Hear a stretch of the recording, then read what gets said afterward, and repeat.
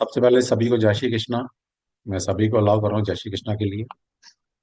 जय श्री कृष्ण सर, जय जय श्री श्री कृष्ण कृष्ण, सर। राधे जय श्री राधे। कृष्णा, जय श्री कृष्णा, राधे राधे। जय श्री जय श्री कृष्ण कृष्ण सर। सर।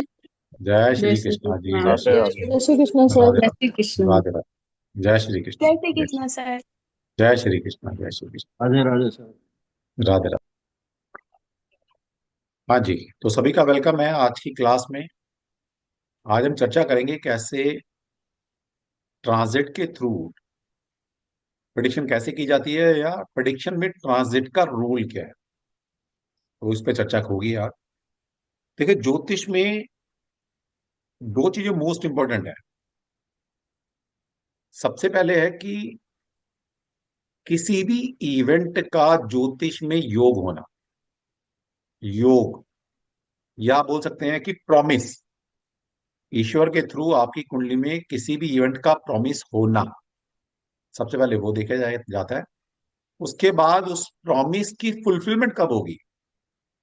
वो जो प्रॉमिस है, वो जो कुंडली में आपका योग बना है, वो मैनिफेस्टेशन कब होगा। तो मैनिफेस्टेशन होने के लिए हम यूज करते हैं ट्रांजिट। ट्रांजिट समझ लीजिएगा कि एक डिलीवरी बॉय की तरह काम करता है।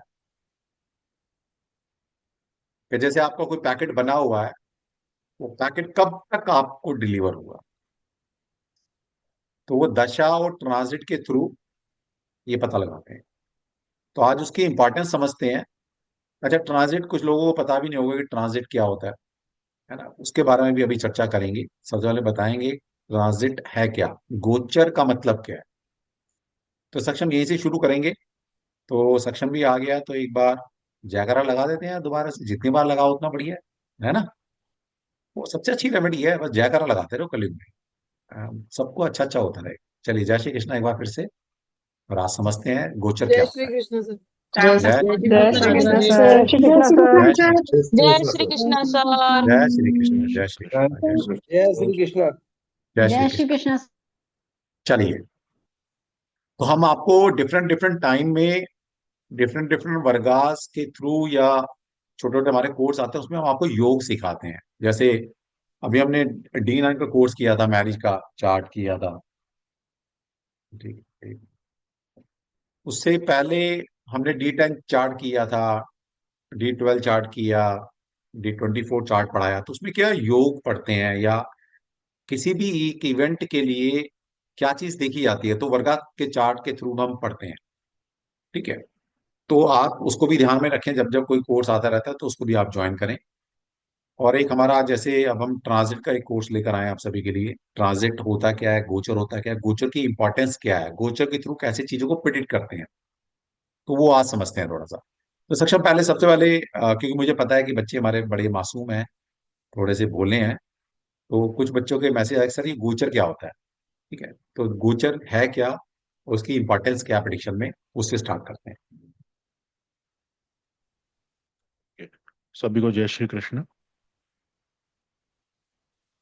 जैसा कि फर्स्ट क्वेश्चन यहाँ पे अभी सर ने करा है कि गोचर क्या है और गोचर की इम्पोर्टेंस क्या है प्रिडिक्शंस में।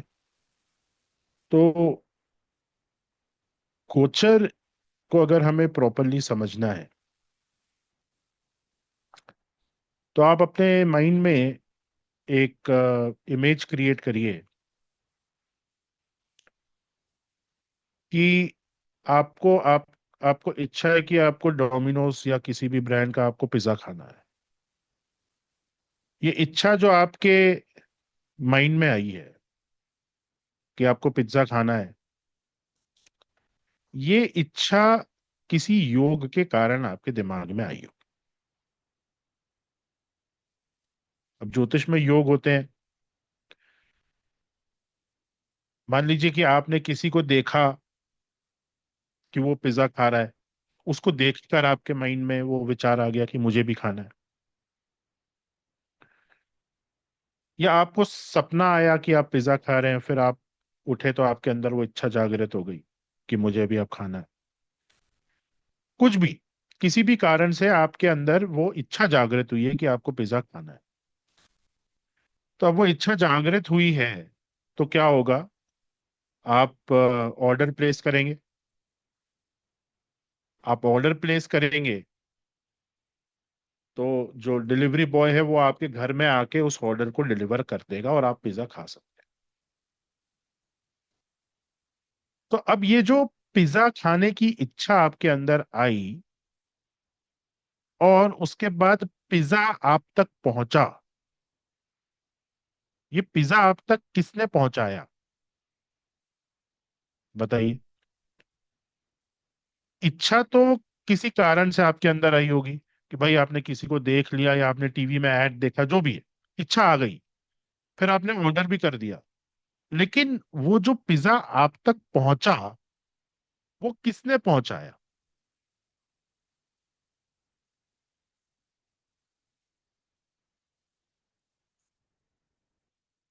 हाँ, चैट बॉक्स में भी आंसर कर सकते हैं। बहुत सारे लोग कह रहे हैं भाग्य ने, बहुत सारे लोग कह रहे हैं डिलीवरी बॉय ने। तो जो लोग, चार पांच लोगों का मैसेज आया कि सर डिलीवरी बॉय ने पिज्जा हम तक पहुंचाया, जो बिल्कुल सही है। डिलीवरी बॉय जो है उसने आपके घर तक पिज्जा को पहुंचाया। ये जो काम डिलीवरी बॉय ने करा है इसी को कहा जाता है गोचर। तो गोचर कौन है? गोचर को अगर हमें समझना हो तो गोचर इज डिलीवरी बॉय। आपके हॉरोस्कोप में जो भी प्रोमिसेस लिखे हुए हैं, जो भी योग आपके हॉरोस्कोप में है, किसी के हॉरोस्कोप में एक्सीडेंट का योग है, तो वो योग तो बचपन से है। लेकिन मेजर एक्सीडेंट लाइफ में एक बार होगा, तो वो एक्सीडेंट जो करवाएगा, वो इवेंट जो मैनिफेस्टेशन करवाएगा, कॉम्बिनेशन, वो ही कॉम्बिनेशन गोचर कहलाता है। ट्रांजिट में एक ऐसा कॉम्बिनेशन बनेगा जो आप उस एक्सीडेंट को आपकी लाइफ में मैनिफेस्ट करवाएगा, उसी चीज को गोचर कहते हैं। अब पिज्जा के केस में तो क्या है, एक पॉसिबिलिटी बन सकती है कि भाई आपकी इच्छा हुई, आपने ऑर्डर करा, डिलीवरी बॉय लेकर भी आया आपके घर में और आपने लेने से इनकार कर दिया कि भाई मैं नहीं ले रहा, अब मेरी इच्छा नहीं है। ऐसा करते हैं कई सारे लोग। तो वो पिज्जा लेकर वापस चले जाएगा। लेकिन हॉरोस्कोप में ऐसा नहीं होता। हॉरोस्कोप में अगर योग है तो वो गोचर के थ्रू मैनिफेस्ट होगा, आपको डिलीवर होगा। आप मना नहीं कर सकते। आप प्रिकॉशन ले सकते हो, आप अपनी सुरक्षा कर सकते हो, लेकिन इवेंट को टाल नहीं सकते। एक्सीडेंट का योग है तो हेलमेट पहनकर जाया जा सकता है जिससे आपकी सुरक्षा हो। लेकिन एक्सीडेंट ना हो, ये पॉसिबल नहीं है। वो इवेंट तो होगा ही होगा। आपको ज्यादा से ज्यादा प्रोटेक्ट किया जा सकता है, आपको ज्यादा से ज्यादा कवच दिया जा सकता है, परंतु इवेंट को टाला नहीं जा सकता क्योंकि वो प्रॉमिस आप लेकर पैदा हुए हो। तो जब वो प्रॉमिस, जो योग आपके हॉरोस्कोप में है, जो प्रोमिसेस आपके हॉरोस्कोप में है, वो कब मैनिफेस्ट होंगे, उस समय कैसा कॉम्बिनेशन बनेगा, उसकी स्टडी को गोचर कहते हैं। प्रोमिसेस क्या क्या है, अगर हमें वो देखने हैं तो उसको हम योग कहते हैं। योगों से हमें पता चलेगा कि भाई कौन कौन सा प्रॉमिस आपके हॉरोस्कोप में है। कि आप एक्सीडेंट का प्रॉमिस लेकर आए हो, आप चाइल्ड बर्थ, एक अच्छी चाइल्ड बर्थ का प्रॉमिस लेकर आए हो, एक अच्छी मैरिज का प्रॉमिस लेकर आए हो, वो सारे योग है। वो चीज होंगी कब, कैसे होंगी, वो गोचर से पता चलता है। मैरिज का प्रॉमिस है हॉरोस्कोप में, अच्छी मैरिज का प्रॉमिस है, वो मैरिज कब होगा, सरकमस्टेंसेस क्या होंगे, वो सारी चीजें गोचर से पता चलती हैं। बहुत बार हम जब योग स्टडी करते हैं हॉरोस्कोप में, तो हमें देखने में ये चीज दिखती है कि ये योग ठीक है, इस पर कोई मेलेफिक प्रभाव नहीं है, ये योग अच्छा दिख रहा है, ये योग पॉजिटिव दिख रहा है, सारी चीजें ठीक दिख रही हैं। लेकिन जब गोचर को स्टडी किया जाता है तो समझ में आता है कि ये जितना ठीक दिख रहा है उतना है नहीं। क्योंकि जब ये एक्टिवेट होगा योग, तो उस समय की सर्कमस्टेंसेस नेगेटिव दिखा रही हैं। तो योगों की स्टडी को अभी थोड़ा सा रिफाइनमेंट एक आ जाता है जब हम गोचर को स्टडी करते हैं। अब एक सवाल बहुत सारे लोगों का आता है कि सर, दशा जो है, दशा से भी हम इवेंट को प्रिडिक्ट करते हैं और गोचर से भी हम इवेंट को प्रिडिक्ट करते हैं, तो दोनों में अंतर क्या है? बहुत बड़ा अंतर है, और दोनों ही चीजें इंपॉर्टेंट है प्रिडिक्शन के लिए। तो मैं वापस आता हूं पिज्जा वाले एग्जाम्पल पे, उससे हम समझेंगे कि दशा और गोचर में क्या डिफरेंस है। आपके मन में जो इच्छा जागृत हुई किसी को देखने के बाद, कोई पिज्जा खा रहा है, आपने उस व्यक्ति को पिज्जा खाते हुए देखा, और आपके मन में वो इच्छा जागृत हुई कि मुझे भी पिज्जा खाना है, ये है दशा। आप जिस व्यक्ति को देख रहे हो कि वो सामने वाला पिज्जा खा रहा है, आप उसको तभी नोटिस कर पाओगे जब आपकी दशा उसको नोटिस करने वाली होगी। अगर आपकी वो दशा ही नहीं चल रही है कि आप सामने वाले को नोटिस करो कि वो पिज्जा खा रहा है, तो आप उसे नोटिस नहीं करोगे, आप उसे इग्नोर करके आगे चले जाओ। तो दशा ने आपको नोटिस करवाया कि भाई ये व्यक्ति सामने वाला पिज्जा खा रहा है, उसको आपने नोटिस करा और आपके मन में इच्छा जागृत हुई और आपने ऑर्डर प्लेस किया, और वो डिलीवरी बॉय लेकर आके उसने डिलीवर कर दिया। तो डिलीवरी बॉय जो है वो गोचर है। ये डिफरेंस है। अब इसको कर्म के एंगल से, ज्योतिष के एंगल से समझने का प्रयास करते हैं। ये मंडेन एग्जाम्पल हमने समझा।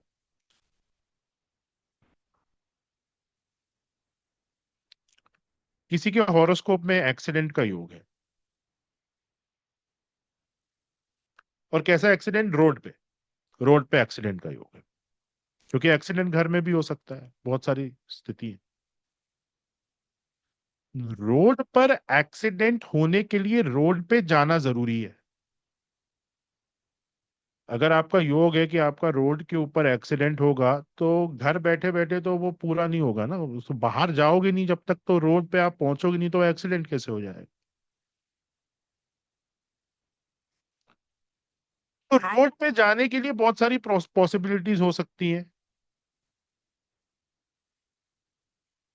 अब आपकी दशा ऐसी चल रही है कि आपको एक शहर से दूसरे शहर में ट्रैवल करना है, तो वो जो ट्रैवल आप कर रहे हो वो अपनी दशा के अकॉर्डिंग कर रहे हो। अगर वो दशा नहीं होगी तो ट्रैवल भी नहीं होगा। अब उस ट्रैवल के दौरान आपका जो योग है एक्सीडेंट का, वो मैनिफेस्ट हो रहा है। तो उस ट्रैवल के दौरान क्या हुआ? एक चौराहा आया और आपकी गाड़ी की टक्कर हो गई। दैट इज गोचर। तो इवेंट के मैनिफेस्टेशन के समय पे जो बाकी की चीजें उस इवेंट की तरफ हमें लीड कर रही हैं, वो हमारी दशा है। और जो वो इवेंट एक्चुअली में अकर कर रहा है, जो वो इवेंट एक्चुअली में हो रहा है, वो गोचर के कारण हो रहा है। गोचर आकर उस चीज को डिलीवर करके जा रहा है। चाइल्ड बर्थ का एक एग्जांपल लेते हैं। चाइल्ड बर्थ में क्या होता है? कंसीव करने की दशा अगर है, तो वो सरकमस्टेंस क्रिएट होगा कि आप कंसीव करो। आपके हॉरोस्कोप में योग है कि आपका चाइल्ड बर्थ हो जाएगा, तो पहले एक दशा होगी जो एक एनवायरनमेंट क्रिएट कर रही है कि आप कंसीव करो। आपने कंसीव कर लिया दशा से। अब कंसीव करने के बाद जब वो बच्चे की डिलीवरी हो रही है, वो गोचर से हो रही है। तो अगर योग ही नहीं होगा, मान लो चाइल्ड बर्थ का योग ही नहीं है, तो दशा कुछ नहीं कर सकती, और गोचर तो कुछ ही नहीं कर सकता। वो इवेंट प्रॉमिस ही आपके आपके भाग्य में वो इवेंट ही नहीं है, तो वो डिलीवर कैसे होगा? तो किसी भी इवेंट के अकर होने के लिए तीन चीजों की आवश्यकता हमें पड़ती है। पहली जो सबसे बेसिक है वो है प्रॉमिस। कि भाई वो इवेंट प्रॉमिस्ड है आपकी लाइफ में या नहीं है। सेकंड है, उस इवेंट के अकर होने के लिए सरकमस्टेंसेस होने चाहिए जो दशा आपको बताएगी। और तीसरा है एक्चुअल में उस इवेंट का अकर होना जो कि गोचर के माध्यम से होता है।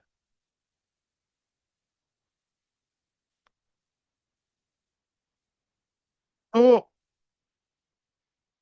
और इन तीनों स्तरों के अपने अलग अलग उपाय भी हैं भाई। अगर प्रॉमिस नहीं है तो उसका एक अलग उपाय है।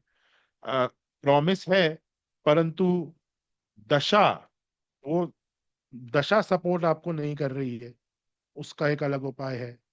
दशा भी सपोर्ट कर रही है, गोचर नेगेटिव आ रहा है, उसका अलग उपाय है। तो तीनों स्तरों के अपने अलग अलग उपाय हैं। हमने प्रोमिसेस बहुत डिटेल में कवर करे हैं अलग अलग कोर्सेज के अंदर। ना यहाँ पर हम ये देख रहे हैं कि भाई वो मैनिफेस्टेशन कैसे होगा, उन प्रोमिसेस का मैनिफेस्टेशन कैसे होगा। जो प्रोमिसेस आप लेकर आए हो, उन प्रोमिसेस का मैनिफेस्टेशन किस प्रकार से होगा और कब हो सकता है। टाइमिंग का ये पार्ट है कि वो चीज कब होगी। अब किसी के हॉरोस्कोप में अच्छी मैरिज का योग है तो पैदा होते ही एक दो साल में तो विवाह नहीं हो जाएगा ना। भले ही वो योग लेकर आया है, अच्छे योग लेकर आया है, लेकिन मैरिज कब होगी। वो मैरिज का होना भी पूर्व निर्धारित है, उसका समय भी पूर्व निर्धारित है। तो उस चीज को समझना, उस चीज को फिगर आउट करना गोचर है। आई होप इससे आप लोगों को एक आइडिया मिल गया होगा कि गोचर है क्या। फिर भी अगर अभी अगर किसी का सवाल है तो हम आप लोग हैंड रेस कर सकते हैं, क्योंकि आगे बढ़ने से पहले ये डिस्टिंक्शन क्लियर होना चाहिए कि दशा क्या है, गोचर क्या है, प्रॉमिस क्या है, योग क्या है ना। तो इस डिस्टिंक्शन में, हाँ, इस डिस्टिंक्शन में अगर किसी को कोई क्वेश्चन है तो आप हैंड रेस कर सकते हैं। आरती जी का एक सवाल आया कि अंतरदशा का क्या रोल है। अंतरदशा का भी वही रोल है जो महादशा का है। जब हम दशा पढ़ते हैं तो उसमें सरकमस्टेंसेस के माइन्यूट डिटेल्स में जाने के लिए हम अलग अलग प्रकार की दशाओं का यूज करते हैं। तो महादशा जो है वो सरकमस्टेंसेस का एक बर्ड्स आई व्यू देगा। फिर उसमें और डिटेल में आपको जाना है तो अंतरदशा में आपको जाना पड़ेगा। और डिटेल में जाना है तो फिर प्रत्यंतर दशा में जाना पड़ेगा। जैसे कि आप मान लीजिए, वापस पिज्जा वाला एग्जांपल हम यहाँ पे ले रहे हैं, कि आप एक फूड कोर्ट में गए, एक फूड कोर्ट में आप गए, दैट इज योर महादशा। वहां पर आपने किसी को पिज्जा खाते हुए देखा, दैट इज अंतरदशा। वो पिज्जा खाते हुए देखते हुए आपके अंदर भी एक इच्छा जागृत हो गई पिज्जा खाने की, वो प्रत्यंतर दशा से आएगा। फिर कौन से आउटलेट से आप पिज्जा मंगवा रहे हो, वहां पे सूक्ष्म दशा, प्राण दशा, इस तरह तरीके से ये चलता है।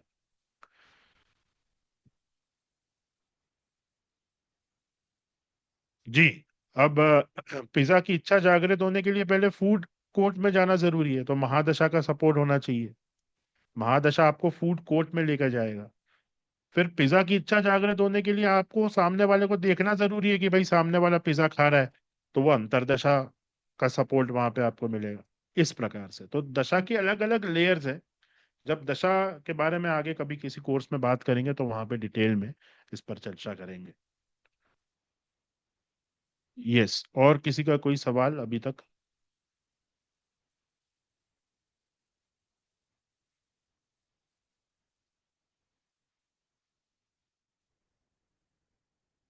ओके, नाउ, हाँ, if a planet is entering a particular राशि, इज दैट अ गोचर। हाँ जी, तो कृष्णन जी का सवाल है कि अगर कोई प्लैनेट किसी पर्टिकुलर राशि में एंटर कर रहा है तो क्या उसे हम गोचर कहेंगे। बिल्कुल कहेंगे, क्योंकि वो ट्रांजिट है। एक प्लैनेट एक राशि में जब एंटर करता है तो इंग्लिश में आप कह रहे हैं कि वो एंटर कर रहा है, उसी को ज्योतिष की भाषा में, संस्कृत में कहेंगे कि एक पर्टिकुलर राशि में गोचर हो गया। जैसे अभी शनि का गोचर हुआ था मीन राशि में, तो शनि मीन राशि में एंटर करा, दैट इज गोचर। अब थोड़ा सा डिटेल में हम और आगे यहाँ पे बढ़ते हैं।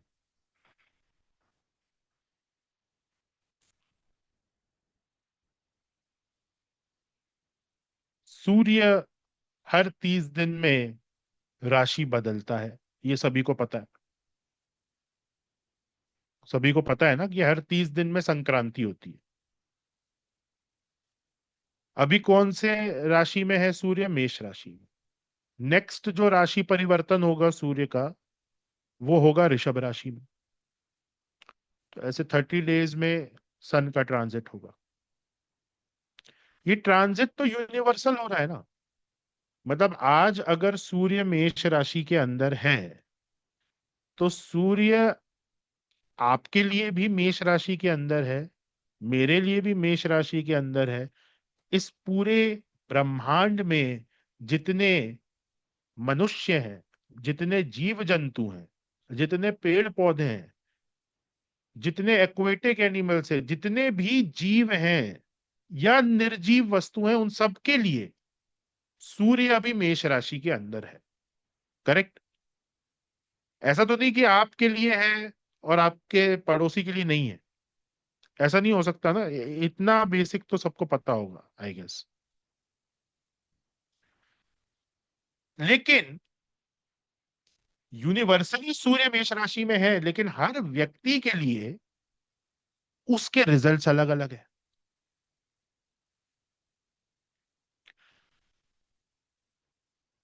इतना ही नहीं, पिछले साल भी सूर्य मेष राशि में था। पिछले साल भी तो सूर्य मेष राशि में होगा। इस साल भी सूर्य मेष राशि में है। अगले साल भी सूर्य मेष राशि में जाएगा। और जब तक दुनिया है तब तक हर साल सूर्य मेष राशि में जाएगा। लेकिन क्या हर साल आपके साथ वही सेम इवेंट्स अकर होते हैं? जैसे मैं आपसे अगर पूछूं, एक रफ आइडिया ले लीजिए कि आज की डेट है 18 अप्रैल 2025। एक साल पहले 18 अप्रैल 2024, उस दिन आपके साथ जो चीजें हुई थी, क्या वही सेम चीजें आज आपके साथ हो रही हैं? है ना। हम मान लेते कि भाई अप्रैल के महीने में पिछले साल भी सूर्य मेष राशि में था, अप्रैल के महीने में इस साल भी सूर्य मेष राशि में है। लेकिन क्या आपके साथ वही सारी घटनाएं हो रही हैं जो पिछले साल हुई थी? अभी आज इस साल भी वही सेम घटनाएं हो रही हैं? नहीं हो रही। इतना ही नहीं, आज आपके साथ जो घटना हो रही है, आज जैसा आपका दिन गया, वैसा दूसरा दिन आपकी लाइफ में नहीं आ सकता। Exactly same. जैसे कल आपका जैसा दिन गया, एग्जैक्टली पिन पॉइंट उसी तरीके से कोई भी दूसरा दिन आपकी लाइफ में नहीं आ सकता। तो ऐसा क्यों हो रहा है? इसके पीछे भी जो रीजन है वो गोचर है, माइन्यूट लेवल पे।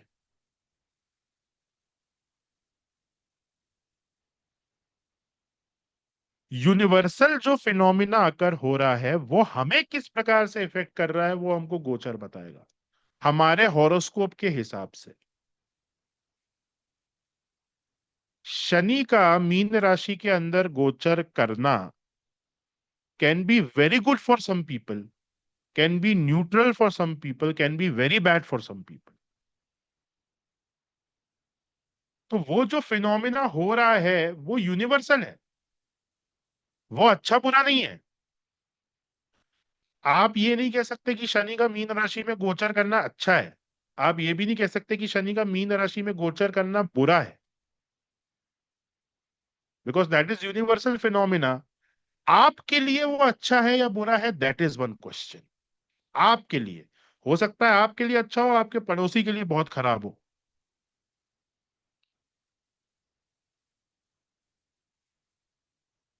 तो यूनिवर्सली जो चीजें हो रही हैं उनको ट्रांसलेट करके हमें अपने हॉरोस्कोप के हिसाब से देखना है कि हमारे लिए ये चीज कैसी है। तो गोचर जो होगा दैट इज यूनिवर्सल, और वो हमें कैसे इफेक्ट करेगा, वहां पे हमारा नेटल हॉरोस्कोप आ जाता है, और हमारे नेटल हॉरोस्कोप के एंगल से उस पर्टिकुलर इवेंट को स्टडी करा जाता है। और उसको स्टडी करने के अलग अलग नियम हैं, अलग अलग रूल्स हैं, और अलग अलग टूल्स हैं। जो गोचर के अंदर हमें स्टडी करने होते हैं। तो अब थोड़ा सा बेसिक चार्ट्स पर हम समझते हैं इसको कि गोचर का फिनोमिना वर्क कैसे करता है। एक हॉरोस्कोप के ऊपर क्या क्या चीजें शुरुआत में देखी जाती है, एक अप्रोच कैसे बनाई जाती है, वो सारी चीजें हम अभी डिस्कस करेंगे। परंतु वो सारी चीजें डिस्कस करने से पहले बेसिक ज्योतिष की नॉलेज कितने लोगों को नहीं है, वो हैंड रेस कर दीजिए एक बार।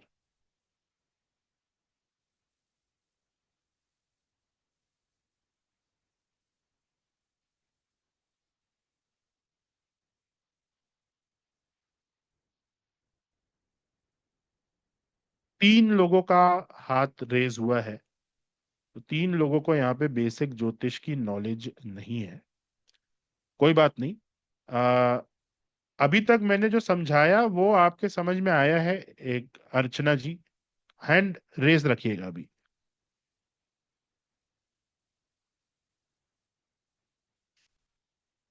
हाँ सर, थोड़ा बहुत समझ में आया, थोड़ा बहुत। ठीक है। चंद्रकांत फिफ्टी जी। परसेंट हाँ। चलिए बहुत अच्छी बात है। 50, अगर बिल्कुल नॉलेज नहीं और 50% आप समझ गए हैं, then it is very good. नहीं, आपने बहुत अच्छा पिज्जा वाला एग्जांपल बेस्ट दिया है इसीलिए। चंद्रकांत जी।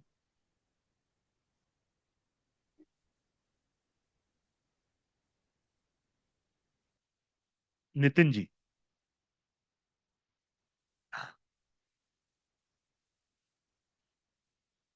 हेलो। सर मेरा तो ये मानना है कि ज्योतिष कितना भी सीख लो उसके लिए तो बेसिक ही है ना। लेकिन जो चीजें आपने बताई वो मैं काफी हद तक समझ पा रहा था, क्योंकि मैं सेल्फ स्टडी करता रहता हूँ इस विषय पर। और एक कॉन्फिडेंस है कि हाँ, चीजें समझ आ रही है।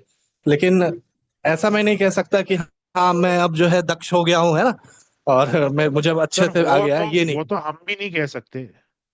वो तो कोई नहीं, ज्योतिष में कोई नहीं कह सकता, सभी स्टूडेंट। बट थोड़ा बहुत अगर आपको समझ में आ रहा है, it is well and good. आप सेल्फ स्टडी भी करते हैं, बहुत अच्छी बात है, आप चीजों को कैच कर सकते हैं। और अगर जितने लोगों, जो भी लोग अभी बेसिक एस्ट्रोलॉजी नहीं जानते हैं, तो आप आज के वेबिनार के बाद मुझे या सर को आप मैसेज कर दीजिएगा। हमारा एक ग्रुप बना हुआ है जहाँ पे free of cost basic astrology के सारे वीडियोस हम पोस्ट करते हैं सभी के लिए। तो आप उस ग्रुप में आप ज्वाइन कर लीजिए। 7-8 वीडियोस आपको मिलेंगे। वो वीडियोस आप आराम से देखिए, आपको सारी नॉलेज आ जाएगी। जितनी नॉलेज इस कोर्स को करने के लिए, हमारे और किसी भी एडवांस कोर्स को करने के लिए जितनी नॉलेज की आवश्यकता है, वो सारी नॉलेज आपको उन वीडियो से मिल जाएगी।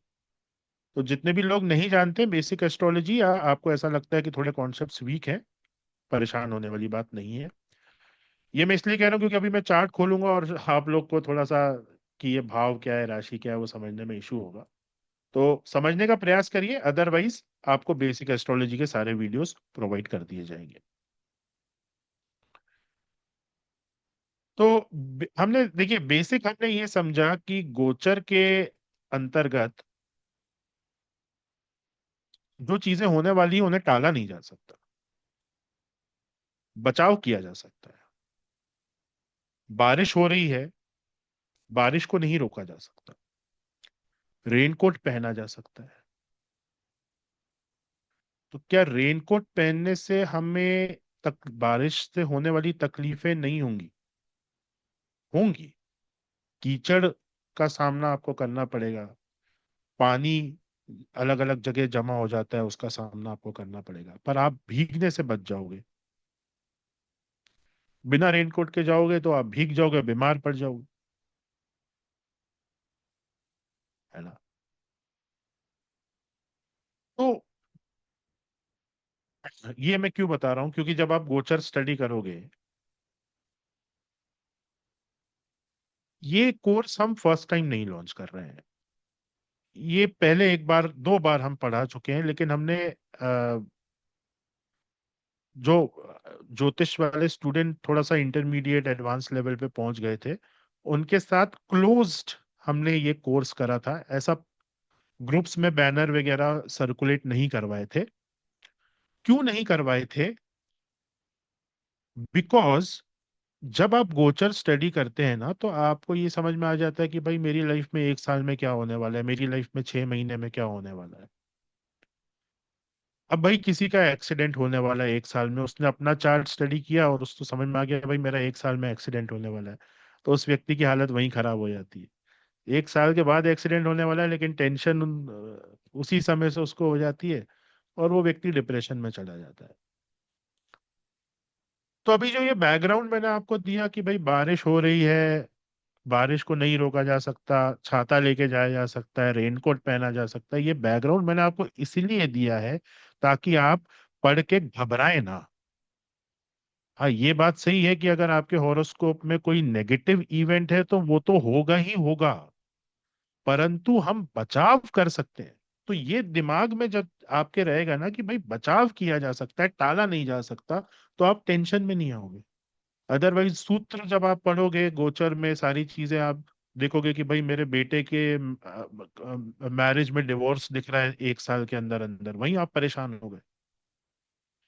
तो आप परेशान हो या ना हो, वो डिवोर्स तो होगा, वो नौबत तो आएगी आपके परेशान होने से, वो ना हो ऐसा नहीं हो सकता। तो माइंड का शांत होना गोचर में बहुत जरूरी है, या दशा भी जब पढ़ेंगे तो माइंड का शांत होना बहुत जरूरी है, ताकि आप एक कूल माइंड से प्रिवेंटिव मेजर्स ले सको रेमेडीज के फॉर्म में, कि भाई ये चीज होने वाली है, इससे मैं बचाव मैक्स टू मैक्स बचाव मैं कैसे कर सकता हूँ। वो उम्मीद ना रखें कि डिवोर्स का अगर योग बना हुआ है और गोचर भी दिखा रहा है कि 1 महीने में डिवोर्स हो जाएगा या 2 महीने में हो जाएगा, तो डिवोर्स को टाला जा सकता है। ऐसा नहीं है, वो सरकमस्टेंसेस होंगी कि डिवोर्स तक बात पहुंच जाए। अगर आपने प्रिवेंटिव मेजर्स अच्छे लिए, रेमेडीज से आपने उस चीज को बचाव करने का प्रयास करा है, तो ये हो सकता है कि डिवोर्स होते होते होते बच जाए, या खराब इतनी स्थिति ना हो जितनी होनी चाहिए थी, ये चीजें हो सकती है। पर ये चीज आप रेमेडी कब कर पाओगे, जब आपका माइंड शांत है। अगर आप नेगेटिव प्रिडिक्शन देखकर खुद ही आप डिप्रेस हो गए, तो ना आप रेमेडी कर पाओगे ना आप कुछ कर पाओगे, बल्कि जो चीज 1 साल पहले होनी है उससे ज्यादा खराब चीजें अभी हो जाएंगी। तो इस बात का विशेष आप ध्यान रखें। तो अब देखिए हॉरोस्कोप में, अभी मैं आपको इसी तरीके से बता रहा हूं, लेकिन पिछली बार जब हमने ये कोर्स करवाया था क्लोज्ड ग्रुप में, तो हमने जितने भी क्लासिकल टेक्स्ट हैं जो गोचर के बारे में बताते हैं, उन सब सूत्रों को एक एक्सेल शीट के ऊपर उसी समय क्लास में बनाकर हमने तैयार करा था। तो वो भी आपको दिखाएंगे, जिसमें सारे सूत्र हैं जितने क्लासिकल टेक्स्ट के हैं, कि भाई ये ग्रह इस पर्टिकुलर भाव में गोचर करेगा तो उसका क्या रिजल्ट होगा, क्या सारा है, हर ग्रह के लिए।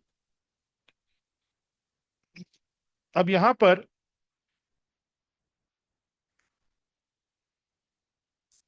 ये किसी व्यक्ति का हॉरोस्कोप है ना। तो आप यहाँ पे देख रहे हैं कि अलग अलग ग्रह अलग अलग योग दिखा रहे हैं यहाँ पर।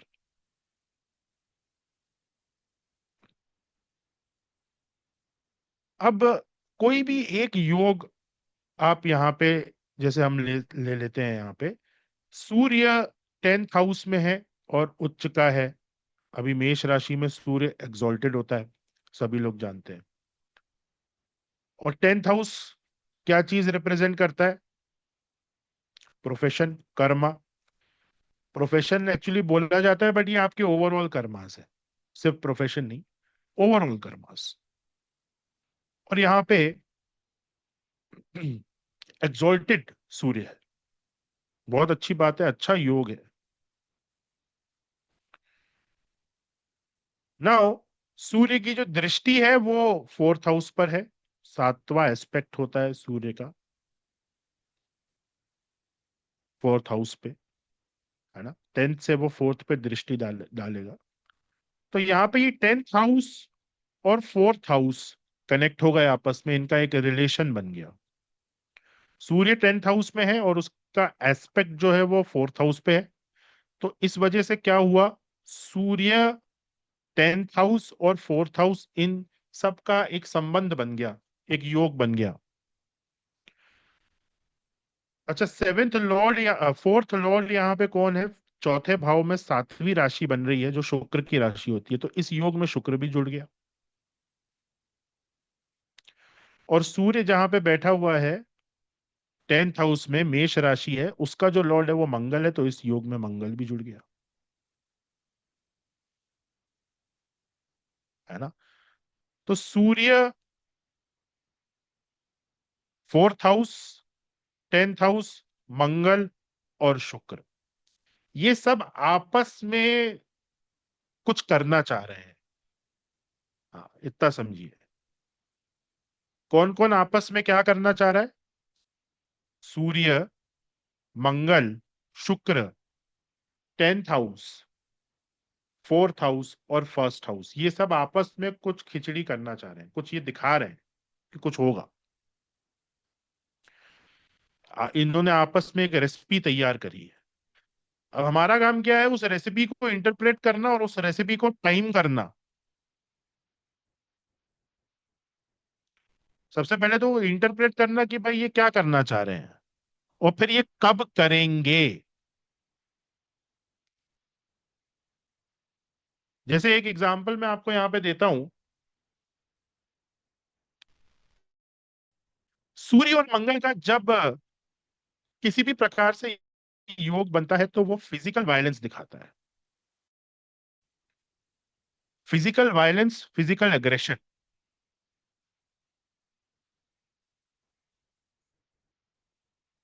और कौन सा फिजिकल वायलेंस, जो राइट कॉज के लिए नहीं हो। वो फिजिकल वायलेंस हमेशा रॉन्ग कॉज के लिए होगा जब भी सूर्य और मंगल आपस में किसी भी प्रकार का योग बना रहे हैं।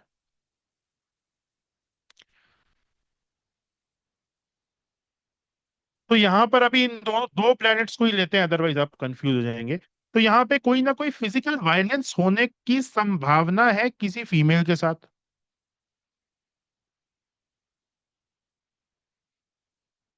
क्योंकि शुक्र भी इन्वॉल्व हो रहा है। इसी इवेंट को ले लीजिए आप, कि किसी फीमेल के साथ फिजिकल वायलेंस होने की संभावना बन रही है, किसी फीमेल के साथ फिजिकली वायलेंट होने का योग बन रहा है। अब ये जो योग है, ये कभी ना कभी तो मैनिफेस्ट होगा, तो वो कब मैनिफेस्ट होगा वो गोचर हमको बताएगा। सेकंड, क्या सूर्य और मंगल सिर्फ और सिर्फ फिजिकल वायलेंस दिखाएंगे, क्या कोई और चीज नहीं दिखा सकते ये, बताइए। क्या सूर्य और मंगल सिर्फ फिजिकल वायलेंस दिखाएंगे, कोई और इनका सिग्निफिकेंस नहीं है। भाई मंगल प्रॉपर्टी का भी कारक कारक है, और मंगल नीच का था इस हॉरोस्कोप में जो अभी हमने देखा, और सूर्य का रिलेशन बन रहा है, तो गवर्नमेंट प्रॉपर्टी एक्वायर कर सकती है, गवर्नमेंट आपकी प्रॉपर्टी हड़प सकती है, ये भी योग है सेम कॉम्बिनेशन से, कि गवर्नमेंट किसी ना किसी तरह से आपकी प्रॉपर्टी के ऊपर। हाँ समीर जी, आर्मी जॉब जो है ना उसमें मंगल नीच का प्रॉब्लम करेगा। इस व्यक्ति का इंटरेस्ट होगा कि आर्मी में अप्लाई करे, पुलिस में अप्लाई करे, लेकिन वो होगा नहीं क्योंकि मंगल नीच का है। अगर मंगल यहाँ पे नीच का नहीं होता तो चांसेस थे। तो सूर्य और मंगल ये दिखाते हैं कि इस कॉम्बिनेशन में जो अभी हमने देखा इस चार्ट में, इस चार्ट में सूर्य और मंगल हमको ये दिखाते हैं कि गवर्नमेंट का कोई ना कोई ऐसा हो सकता है कि भाई आपकी प्रॉपर्टी चली जाए। तो अब यहाँ पे दो इवेंट हो गए, एक है फीमेल के साथ फिजिकल वायलेंस, एक है गवर्नमेंट का प्रॉपर्टी एक्विजिशन। ये दोनों ही इवेंट होंगे। कौन सा इवेंट कब होगा, यहाँ पे अगेन गोचर हमको देखना पड़ेगा। वो गोचर ही हमको ये बताएगा कि भाई ये वाला जो इवेंट है फिजिकल वायलेंट वाला, ये अभी होगा प्रॉपर्टी एक्विजिशन का इवेंट 2027 में होगा, 2028 में होगा, उस समय के सरकमस्टेंसेस कैसे रहेंगे? उस समय और कौन कौन सी चीजें इन्वॉल्व होंगी भाई? वो फीमेल के साथ फिजिकल वायलेंस हो रहा है, उसका कारण क्या होगा? हो सकता है उस फीमेल का कहीं अफेयर हो, वो आपकी वाइफ हो सकती है। सेवेंथ राशि है यहाँ पे, मैरिज की राशि इन्वॉल्व हो रही है, तो वाइफ का अफेयर हो सकता है। किस प्रकार का वो सिचुएशन होगा जब वो इवेंट अकर हो, और कौन सा इवेंट कब अकर होगा, ये हमें गोचर से समझना पड़ेगा। गोचर के जो प्रिंसिपल्स हैं उनसे समझना पड़ेगा। तो आई होप आपको स्कोप यहाँ पे समझ में आया कि स्कोप क्या है, अप्रोच क्या है गोचर की। किसी को कोई डाउट, स्पेशली या जिनको बेसिक वैदिक एस्ट्रोलॉजी नहीं आता, उनमें किसी को कोई डाउट?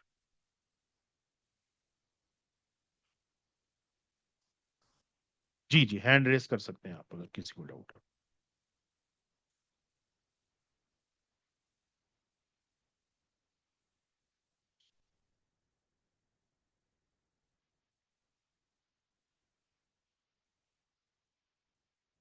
साबू जी। तो नमस्ते सर। हाँ जी, नमस्ते। सर ये गोचर लग्न से और चंद्र से देखे सर, देखिए देखिए सर। हाँ, वो सर उस पर मैं गोचर अभी लग्न और उस पर लग्न से। उस पर मैं अभी आ रहा हूँ। वही हम डिस्कस कर रहे थे कि लग्न से है, चंद्र से है, ये सवाल रहता है। तो उसको अभी मैं नेक्स्ट लेने ही वाला था Q&A के बाद, तो आपको आंसर मिल जाएगा उसका अभी। स्मृति जी। सर अगर ये कॉम्बिनेशन किसी फीमेल के चार्ट में हो, फिर जी, ये कॉम्बिनेशन जो आप बता रहे हैं सन एंड मार्स का, ये कॉम्बिनेशन अगर किसी फीमेल के चार्ट में हो। Same thing ma'am, physical violence किसी ना किसी के साथ अकर होगा, और अगर शुक्र भी इन्वॉल्व हो रहा है तो वो फीमेल किसी फीमेल के साथ फिजिकली वायलेंट हो सकती है। Okay okay, thank you. अब देखिए, साबू जी का एक बहुत बढ़िया यहाँ पे सवाल था कि गोचर जो है वो चंद्र से देखा जाता है या शुक्र से देखा जाता, या चंद्र से देखा जाता है या लग्न से देखा जाता है। तो इसके लिए सबसे पहले तो आप समझिए कि एक बेसिक में बता देता हूँ कि लग्न कुंडली क्या है, चंद्र कुंडली क्या है। जो आपका फर्स्ट हाउस है, वहां पे जहां पे AS लिखा होता है, अगर वहां से आप पूरा, ये असेंडेंट है, अगर यहां से आप पूरा हॉरोस्कोप देख रहे हो तो दिस इज लग्न। अगर मून को मैं फर्स्ट हाउस में ले आता हूं यहाँ पे, और मून से अब मैं पूरा चार्ट देख रहा हूं, तो दिस इज चंद्र कुंडली।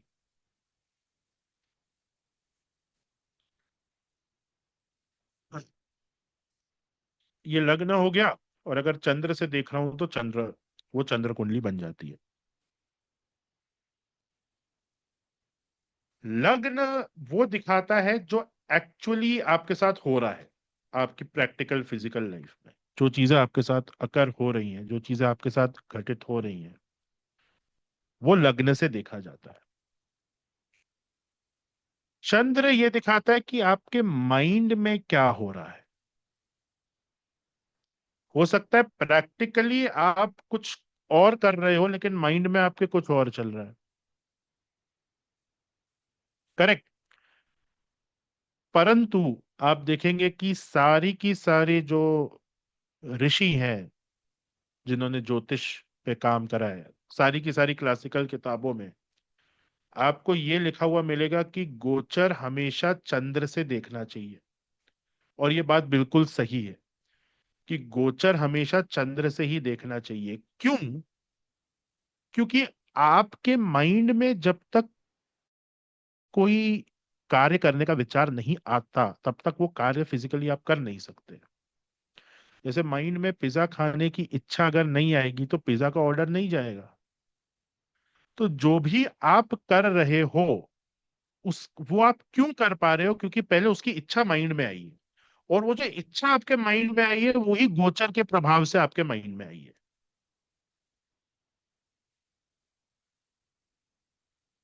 आपके माइंड में एक इच्छा जागृत हुई कि आपको दुबई जाना है, और वहां पे दुबई में आपका एक ऐसा योग है आपके हॉरोस्कोप में कि आप दुबई जैसे ही जाएंगे तो आपका बिजनेस फ्लरिश करने लगेगा। तो एक गोचर ने आपके माइंड में वो इच्छा जागृत करी कि भाई चलो दुबई जाया जाए, दुबई जाके देखा जाए, दुबई जाके काम किया जाए। तभी आप टिकट लेकर दुबई पहुंचे ना। अगर वो इच्छा माइंड में नहीं आती तो फिर आप कैसे जाते दुबई? तो गोचर जब भी देखा जाता है वो चंद्र कुंडली से देखा जाता है, क्योंकि हमें ये देखना है कि आप आगे लाइफ में क्या एक्शन करने वाले हो, और एक्शन आप वही कर सकते हो जिस एक्शन का विचार आपके माइंड के अंदर आया है। फिर साथ में थोड़ा थोड़ा हम लग्न कुंडली को भी देखते हैं, क्योंकि बहुत बार आपके माइंड में बहुत सारे विचार आते हैं लेकिन वो प्रैक्टिकली एग्जिस्ट नहीं कर पाते। प्रैक्टिकली एग्जिस्ट वही करेगा जो लग्न दिखा रहा है। तो लग्न कुंडली का भी इंपॉर्टेंस है, लेकिन मेजर इंपॉर्टेंस जो है वो चंद्र कुंडली का है।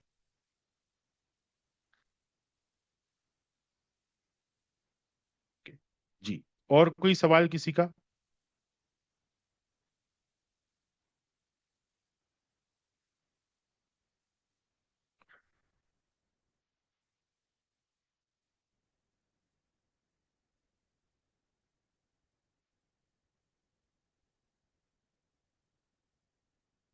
हाँ, चलिए अब हम ये देखते हैं कि ये जो लग्न और चंद्र कुंडली की बात हमने करी है, इसको एक बार इसी हॉरोस्कोप पर हम देखते हैं। तो देखिए, लग्न कुंडली से मैंने आपको यहाँ पे एक बेसिक एग्जांपल दिया था कि सन और मार्स जो हैं दे आर गेटिंग लिंक्ड, किसी ना किसी, और शुक्र का भी लिंक हो रहा है यहाँ पे, है ना। अब अगर मैं इसको चंद्र कुंडली से देखूं, अगर मैं मून को फर्स्ट हाउस में ले आऊं,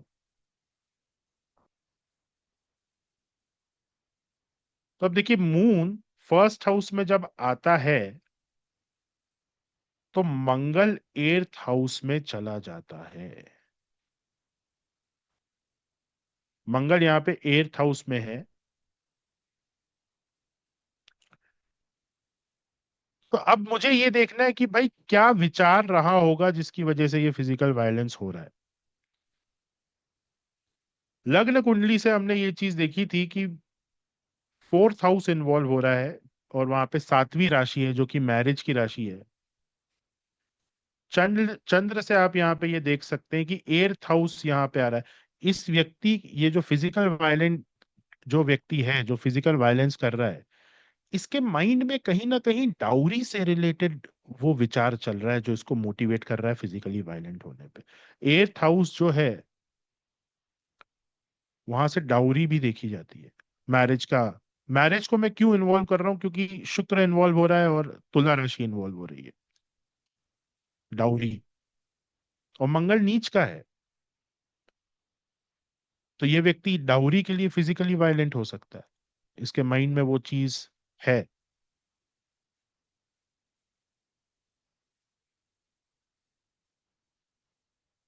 राइट। और यहाँ पे सूर्य जो है वो फिफ्थ हाउस में, फिफ्थ हाउस आपके एंटरटेनमेंट का भाव हो सकता है। तो इसको डाउरी क्यों चाहिए? अपने एंटरटेनमेंट के लिए,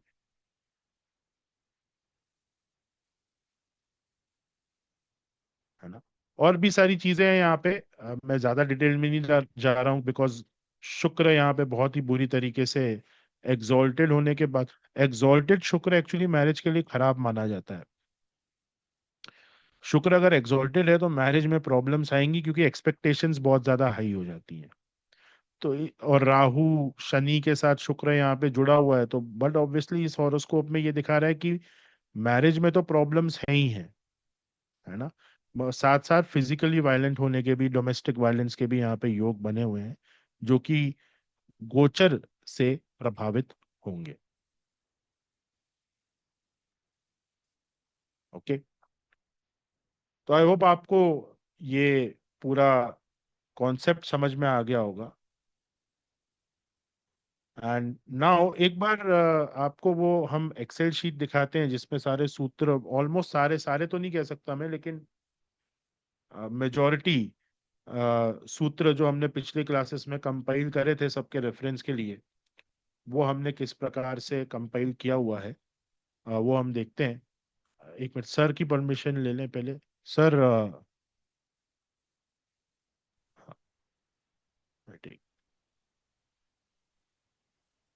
हाँ जी, बिल्कुल दिखा देते हैं, क्योंकि वो बड़ी मेहनत के साथ, और इसको बनाने में बहुत टाइम लगा था हमें, क्योंकि सारे क्लासिकल जितने भी टेक्स्ट हैं उनको ध्यान में रखते हुए ये जो अभी सक्षम दिखाएगा आपको, तो जितने भी क्लासिकल ग्रंथ हैं ज्योतिष के रिनॉन्ड, वहां से सूत्र निकाल कर और उनको एक सिस्टमेटिकली बनाकर वो एक सूत्र एक्सेल शीट बनाई गई है। तो वो आपको दिखाते हैं, क्योंकि ये प्राइवेट चीज है तो इसको हम ऑनलाइन नहीं जाने देंगे, तो इसलिए मैं रिकॉर्डिंग ऑफ कर देता हूँ।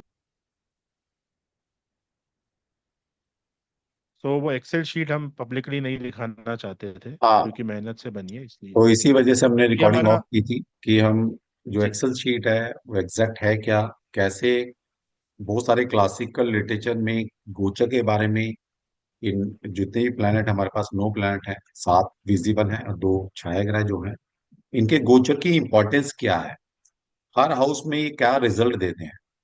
तो वो एक एक्सेल शीट के माध्यम से अभी हमने आप सभी को जो लाइव क्लास में बैठे हैं उनको दिखाया है, और काफी सारे बच्चों ने इंटरेस्ट क्रिएट किया है कि सर ये क्लास कब से शुरू हो रही है। तो आपके सामने बैनर है, तो सक्षम आप बता दो बैनर के बारे में। तो 7 से 8 दिन का ये हमारा सिलेबस रहेगा, और मंडे से हम चालू करेंगे 9:30 बजे। साथ साथ एक और बैनर अभी आपके साथ हम शेयर करेंगे। तो इस कोर्स के साथ साथ जो एक्सेल शीट है वो हम आपको दे रहे हैं। एक्सेल शीट का कोई प्राइस टैग लगाना संभव नहीं है, सिर्फ यहाँ पे लिखने के लिए हमने लिख दिया है। बट ये बहुत मेहनत से बनी है, और सिर्फ हमारी मेहनत नहीं, उस समय जो हमारे स्टूडेंट्स थे, क्योंकि वो सब इंटर एस्ट्रोलॉजी करके थोड़ा एडवांस लेवल पे ज्योतिष जानते थे, उन्होंने भी बहुत एफर्ट डाला है। बहुत सारे सूत्र उन्होंने एक्सेल शीट में डाले हैं, सारा हमने बनाया ऐसा नहीं है। तो एक बहुत ही मेहनत वाला ये काम था। और वो एक्सेल शीट आपको दी जाएगी, उसको यूज कैसे करना है वो समझेंगे, और पूरा बेसिक से लेके एडवांस गोचर पद्धति हम 7 दिनों में कवर करेंगे। फीस आप जो अपने सामने देख रहे हैं, it is inclusive of all taxes.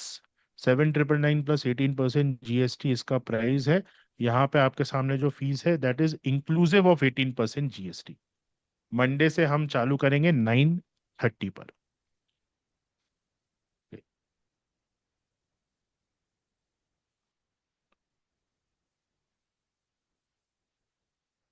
ठीक है, अभी कोर्स के बारे में किसी के 2-3 क्वेश्चंस आए हुए हैं सक्षम। पहली बात कि हाँ। ये क्या रेगुलर क्लास होंगी? Yes, Monday to Friday regular class रहेंगी। ओके, तो ये लगभग हमारा कह सकते हैं कि एक वीक तो लगेगा, और उसके 2-3 दिन एक्स्ट्रा जो रहेंगे वो भी हम करने वाले हैं। क्लास का ऐसा नहीं है कि 7 क्लास लेकिन तो 7 ही होंगे, बेसिकली कोर्स पूरा है, वो 7 में हो, 8 में हो, 9 में हो या 10 में। एक टेंटेटिव डेट्स दी है कि 7 से 8 क्लासेस में कवर हो जाता है। ठीक है, और एक क्वेश्चन और था किसी का, क्या था, मैं एक मिनट देख लेता हूँ।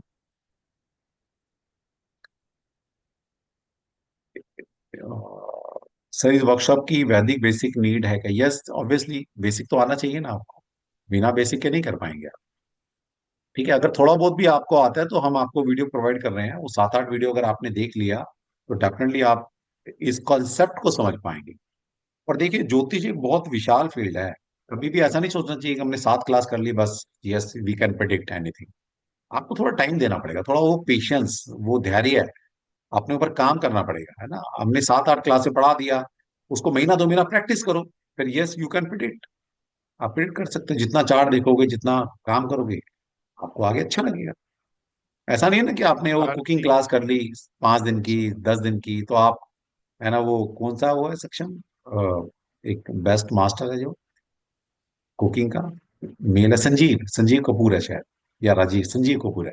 तो आप संजीव कपूर बन जाएंगे, है ना, 15 दिन की कुकिंग क्लास करते हुए।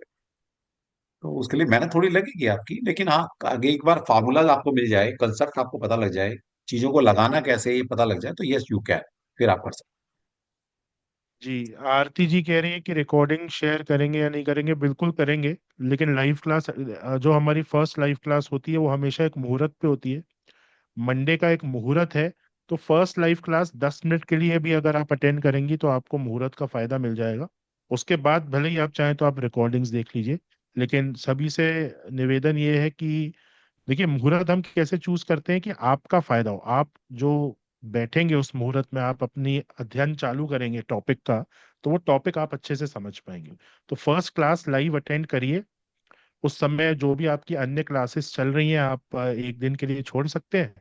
फिर भले ही आप चाहें तो रिकॉर्डिंग देख लीजिए, तो सारी रिकॉर्डिंग्स आपको दे दी जाएंगी। कुछ नए बच्चे अ, पूछ रहे हैं सर, रिकॉर्डिंग मिलती है क्या, सर्टिफिकेट मिलेगा? Yes definitely. अगर आप पहली बार जुड़े हैं, पुराने बच्चे सबको पता है कि जितनी भी हमारी क्लासेस होती हैं उन सबकी रिकॉर्डिंग आपको प्रोवाइड की जाती है। और जो भी कंटेंट रहेगा, जो भी हमारे पास पीडीएफ पीपीटी जो भी रहेगा, वो एज इट इज आपको दी जाती जाती है। और लास्ट में आपको सर्टिफिकेशन भी होता है। विपिन जी का सवाल है कि सवा नौ टाइम ऑफ द क्लास क्या है, तो 9:30 बजे रहेगा। विपिन जी, आप ये कह रहे हैं कि एक और क्लास है आपकी 9:15 बजे। तो मैं वापस से रिपीट करूंगा कि मंडे वाली क्लास आप मिस कर दीजिए, जो आपकी दूसरी क्लास है।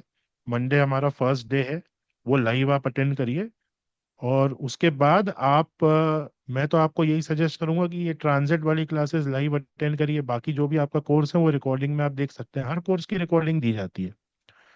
तो ये ट्रांजिट थोड़ा सा टेक्निकल सब्जेक्ट है, तो ये लाइव उसी समय जो डाउट्स आ रहे हैं वो आप क्लियर करो, मुझे ज्यादा सजेस्टेड है। बाकी जो आप जो दूसरा कोर्स कर रहे हैं उसको आप रिकॉर्डिंग के फॉर्मेट में देख लो, या कभी एक दो क्लास यहाँ अटेंड कर ली, फिर नहीं, दूसरी कोई जगह अटेंड कर बड़ा ली। कोर्स नहीं है बेसिकली। वो 3 क्लास, 2 क्लास तो हो ही जाएंगी।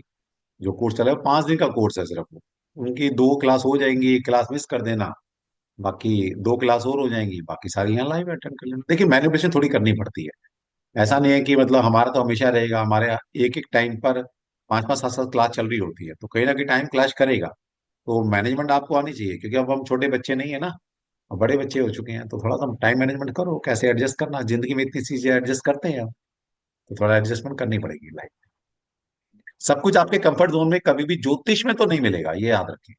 ज्योतिष हमेशा कुछ सेक्रीफाइस या कुछ मैनिपुलेशन या कुछ एडजस्टमेंट आपसे मांगता है, हमेशा मांगेगा।